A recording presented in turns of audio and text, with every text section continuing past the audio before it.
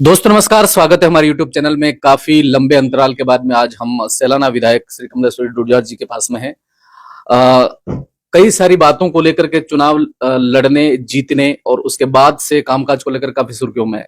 बीच में एक अलग तरह का इनका काम था, वो भी काफी इस एरिया में ही नहीं, आसपास में दक्षिण राजस्थान के कई हिस्सों में चर्चा में रहा कि टैंकर, और वो भी भील प्रदेश के नाम के, और गांव में जहां जहां पानी की समस्याएं थी, जीतने के महज 6 से 7 महीनों के भीतर ही इन्होंने टैंकर का और स्पेशली स्कूलों को लेकर के, और स्कूलों को लेकर के, शिक्षा को लेकर के, काफी चीजों को लेकर के इस एरिया में बहुत अच्छा काम भी कर रहे हैं।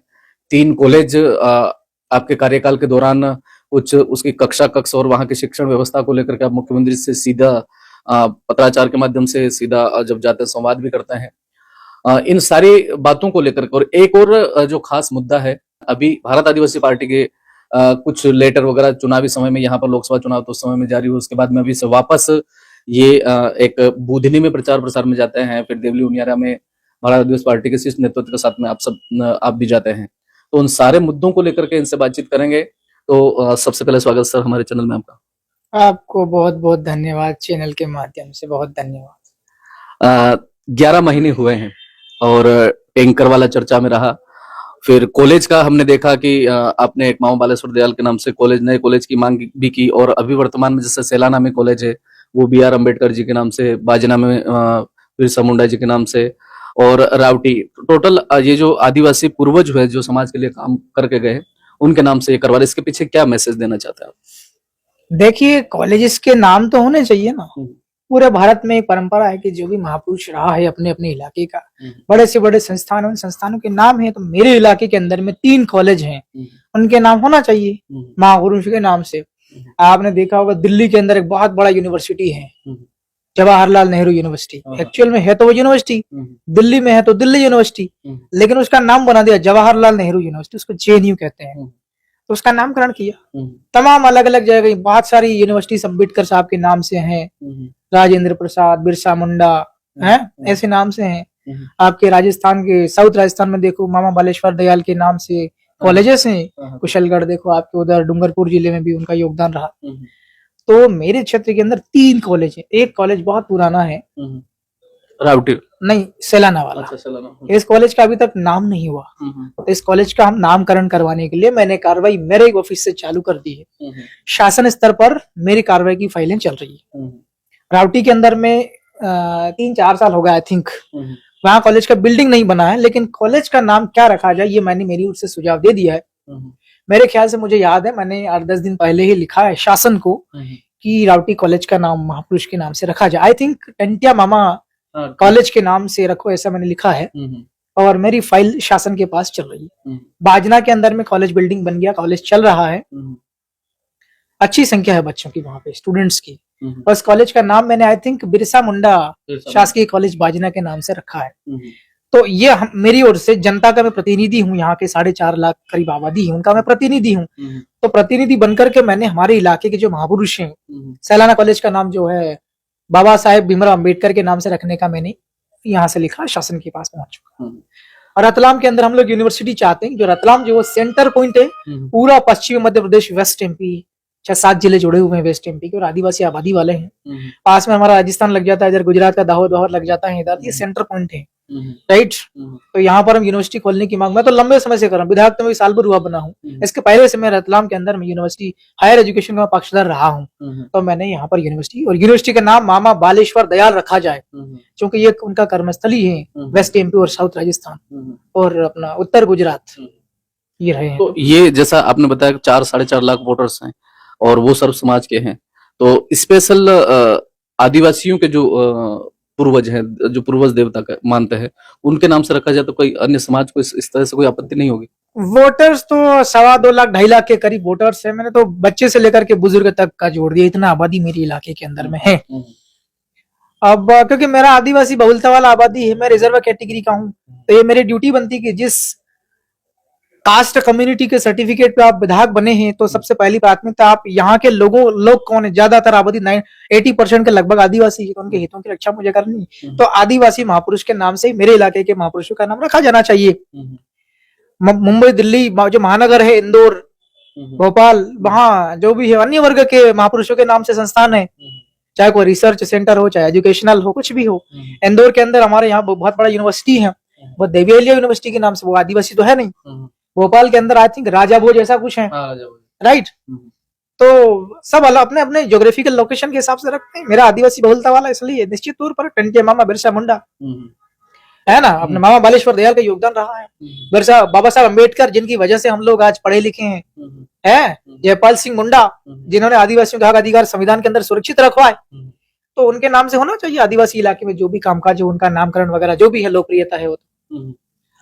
तो ठीक है। दूसरा ये कि हम देख रहे हैं काफी लेटर वगैरह आप लिख रहे हैं, तालाबों का जैसे भूमि पूजन वगैरह भी आप कर रहे हैं, टैंकर का, तो इस एरिया में इसके अलावा और क्या काम आपके 11 महीने के शासनकाल में आपने किए स्पेशल? देखिए सर, मेरा 11 महीने नहीं, आप ये मान के चलो लगभग 12 महीने पूरा होने वाला है। आज शायद 25 तारीख को है ना, 25 नवंबर, मेरे 2 दिसंबर को मेरे 12 महीने पूरे हो जाएंगे, क्योंकि 3 दिसंबर को रिजल्ट आया था विधानसभा का। 12 महीने लगभग पूरे होने वाले हैं। मैं 12 महीने पूरे होने के दौरान लगभग आज की तारीख में अगर देखा जाए तो मैंने 1850 समस्या, कितनी 1850 पूरे मध्य प्रदेश और कुछ समस्या राजस्थान की भी, मैं वहां की भी चिट्ठियां लिखता रहा, क्योंकि हमारा पड़ोसी है और वो आदिवासी लोग हैं वहां पर भी।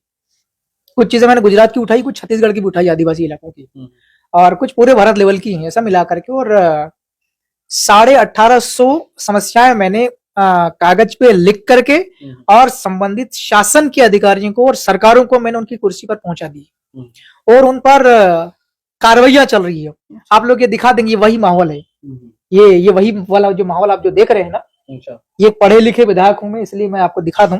इधर भी आप लोग देख सकते हैं, ये सारी मेरे पत्र भी लिखे, और ऊपर की जो है शासन ने क्या कार्रवाई करी मेरे पत्रों पर, समस्याओं पर अपडेट भी लेते हैं? हाँ, ये सारा वो है अपडेट। तो मैं फोन भी मेरे ऑफिस से जाते हैं अधिकारियों के पास। अभी 5 मिनट पहले मेरी मंत्री जी से बात हुई है, मध्य प्रदेश शासन में महत्वपूर्ण विभाग है, PWD जिसको कहते हैं, लोक निर्माण विभाग, मंत्री जी से मेरी बात हुई है।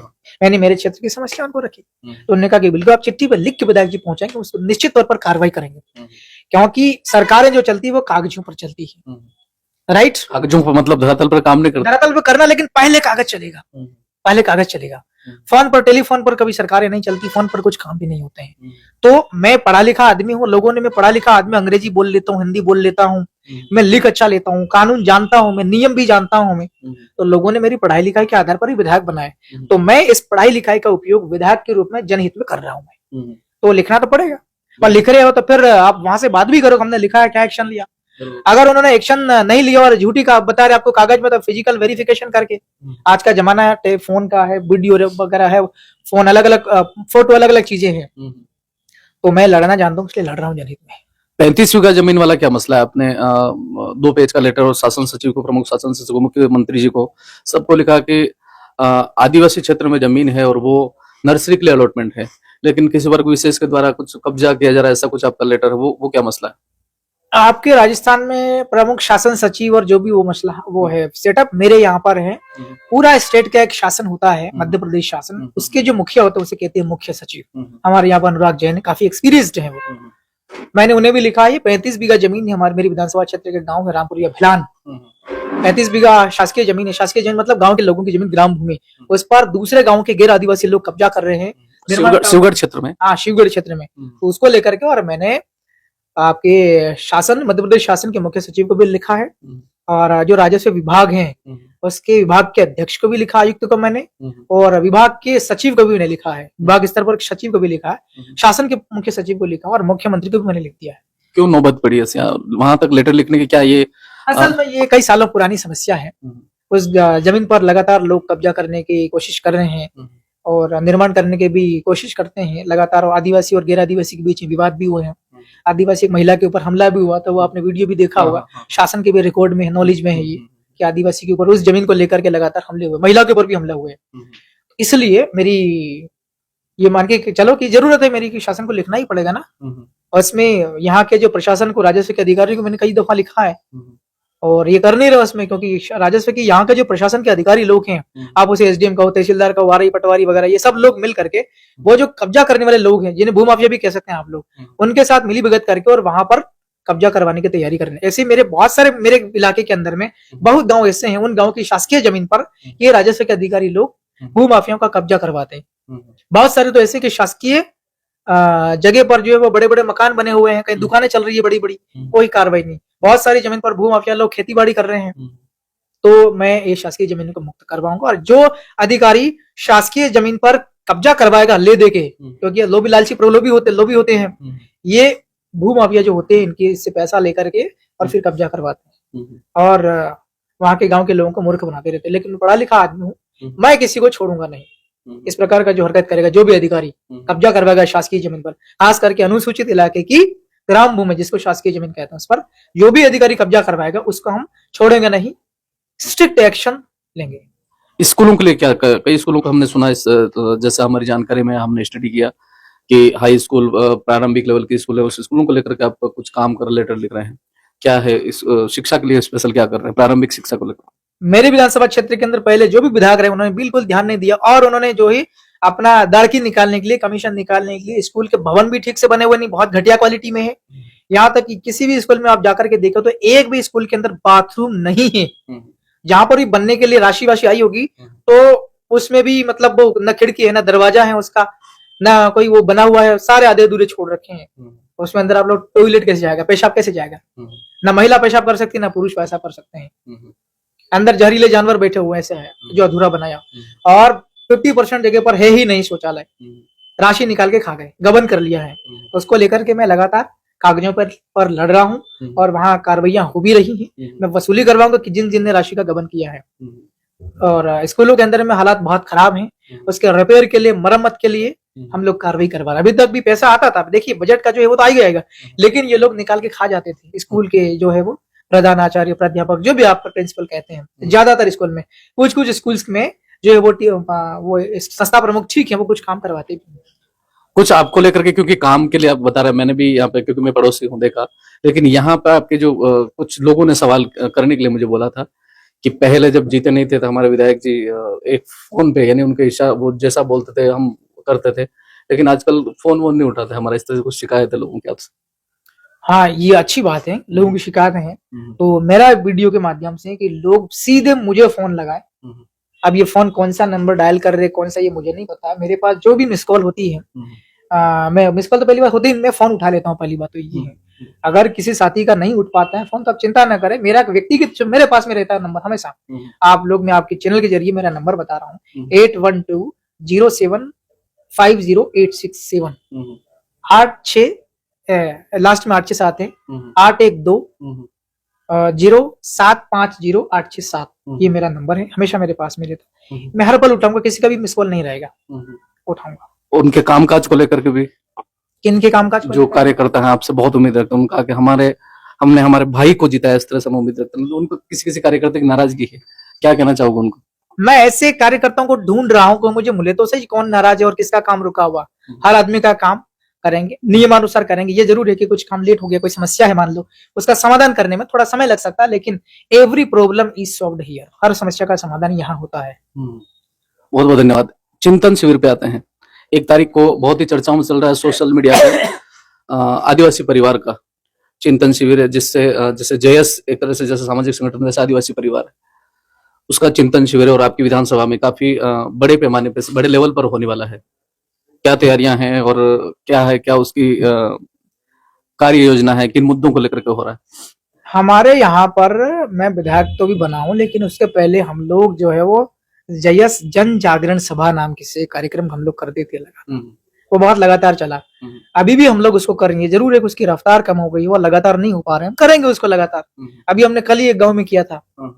हमारे यहाँ छोटे छोटे जनजागरण, हमको शाम को हम लोग करते हैं, दिन भर खेती बाड़ी का काम करो, मजदूरी करो, शाम को घर आ जाते हैं, ठीक है। तो हमने क्या स्पेसिफिक हमने मूवमेंट ही शुरू किया था कि मजदूर वर्ग के जो लोग होते हैं पलायन पे चले जाते हैं, दिन में दिहाड़ी करने बाहर जाते हैं, रात पड़े वापस आ जाते हैं, ऐसे हिसाब से हमने पहले चलाया है।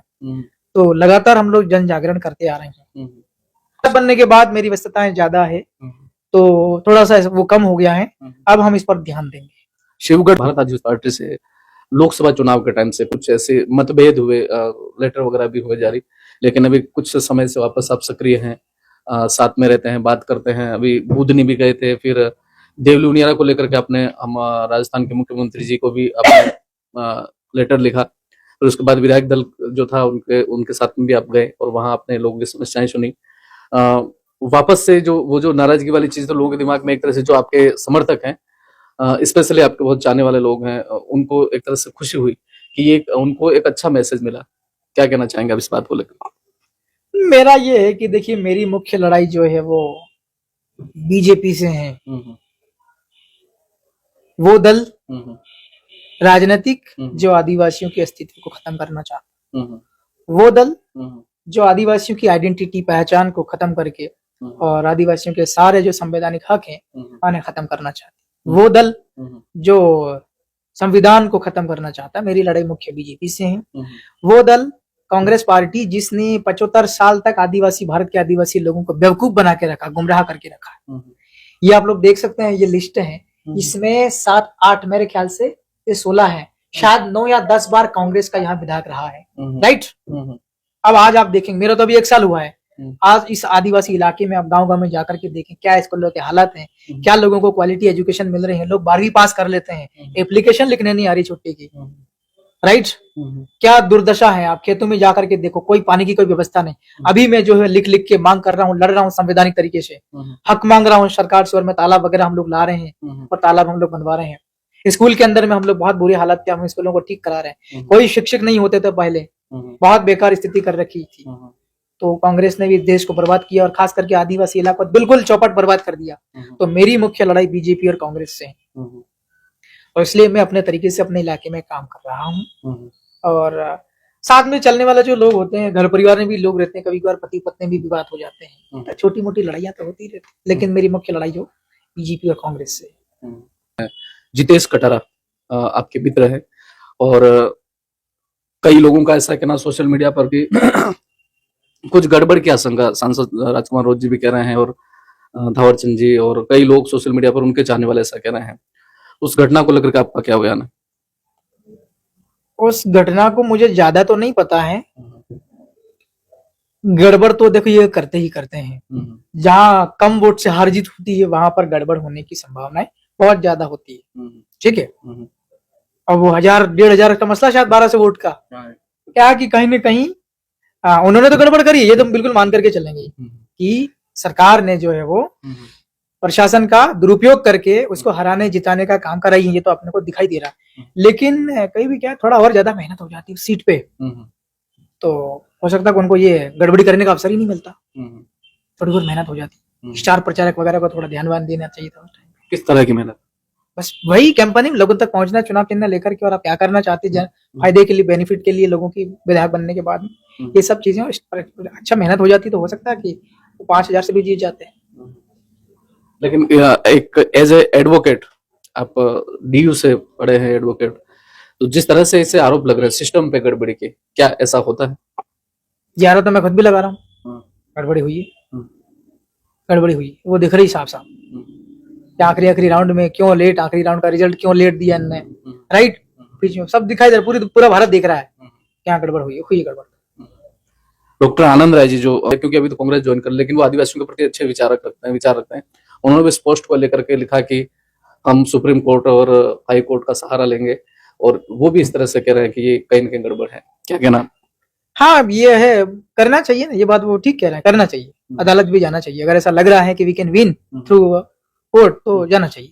और मेरी विधानसभा क्षेत्र के लोग, या फिर पूरे मध्य प्रदेश में, इस चैनल के जरिए मेरी विधानसभा सहित रतलाम जिला और पूरे वेस्ट मध्य प्रदेश और दूसरे भी जिले, चाहे दूसरे राज्य में भी, चाहे किसी प्रकार की कोई समस्या है, बड़े लेवल का कोई समाधान नहीं हो पा रहा है, विधायक जी से मेरे जैसे की जरूरत लग रही है लिखने बोलने लड़ने की, तो आप लोग कमेंट बना करके और अपने इसमें जरूर कमेंट डालें कि मैं और किस प्रकार से क्या बेहतर कर सकता हूँ, क्या समाधान कर सकता हूँ, कहाँ जुल्म हो रहा है, कहाँ आदिवासियों के अधिकारों का हनन हो रहा, हक छीने जा रहे हैं, वो कमेंट करके आप लोग डालो। और मुझे आप लोग कोई और चीजों में कोई फॉलो वो करना है, मुझे चाहिए, क्या बताते हैं, सुझाव देना चाहते हैं कोई और सुधार करने में, तो आप लोग सुझाव जरूर कमेंट बॉक्स में डालें, यही कहना चाहता हूँ। बहुत बहुत धन्यवाद दर्शकों। तो ये थे हमारे बीच में सैलाना से विधायक कमलेश्वर डोडियार जी।